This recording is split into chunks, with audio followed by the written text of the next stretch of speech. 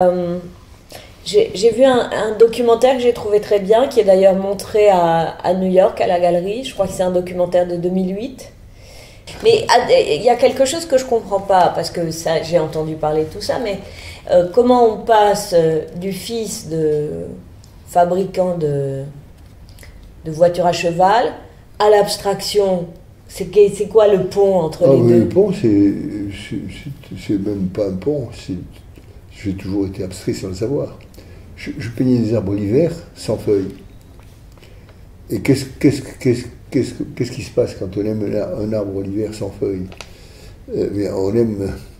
On est touché par Et l'été, qu'est-ce que vous les qualités représentez? physionomiques et des formes. Il y a des arbres qui poussent droit, purs, comme le peuplier, il y a des arbres très tourmentés, violents, comme les châtaigniers, il y a des arbres construits d'une manière très solide, comme les chênes. Il y a toute une variété. Et en plus, dans un arbre, il n'y a pas que l'essence de l'arbre, qui est que le peuplier, châtaignier ou chêne. Il y a aussi le lieu où l'arbre a poussé, qui le transforme, les tropismes vers le soleil, vers la lumière. Oui, mais ça fait penser à Mondrian qui fait ses arbres. On lit ça dans les formes. Oui, non, mais ça fait penser à Mondrian qui fait, avant d'arriver à l'abstraction, qui fait ses arbres. Exactement, oui, Ça, je connais ce qu'il a fait, mais c'est tout à fait différent. Non, mais ce que je veux dire, ça fait penser à ça, mais et l'été, il y a des feuilles sur les arbres. Et qu'est-ce que vous faites alors? Ils ne font pas tellement passer à l'abstraction, ils sont déconstruits d'une manière. C'est pas du tout mes arbres à moi. Hein, oui, oui. Bon, enfin. Non, mais moi, ce que je cherche à comprendre, c'est comment le petit garçon de Rodez, d'une famille... Le petit garçon de Rodez a toujours aimé tremper son pinceau dans la criée. Quand il avait 4 ans ou 5 ans,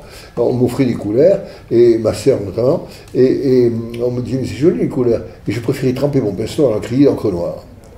Et je faisais des choses là-dessus.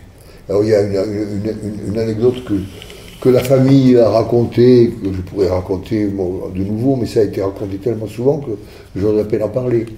Un jour, quelqu'un m'a demandé, ça se passait, ma sœur, il y avait une amie de ma sœur qui était présente, et qui me dit, mais qu'est-ce que tu fais, mon petit Pierre?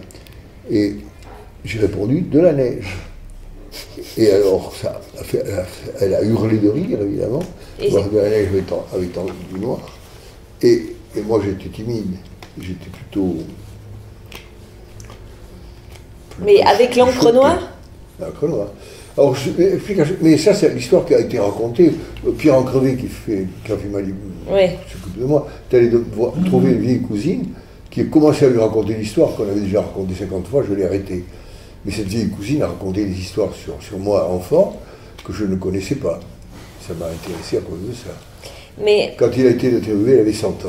Il y a quelques années. Mais ce que je ne comprends pas, c'est comment on se libère de la représentation. Qu'est-ce qui s'est passé? C'est très naturellement. Au fond, j'aurais dû me libérer de la représentation plus tôt. À quel âge vous en libérez? À ce moment-là, vers 46. Quand je suis... Mais j'étais 45, 46. Les premières choses abstraites que j'ai faites, que j'ai montrées, pardon, c'était 46.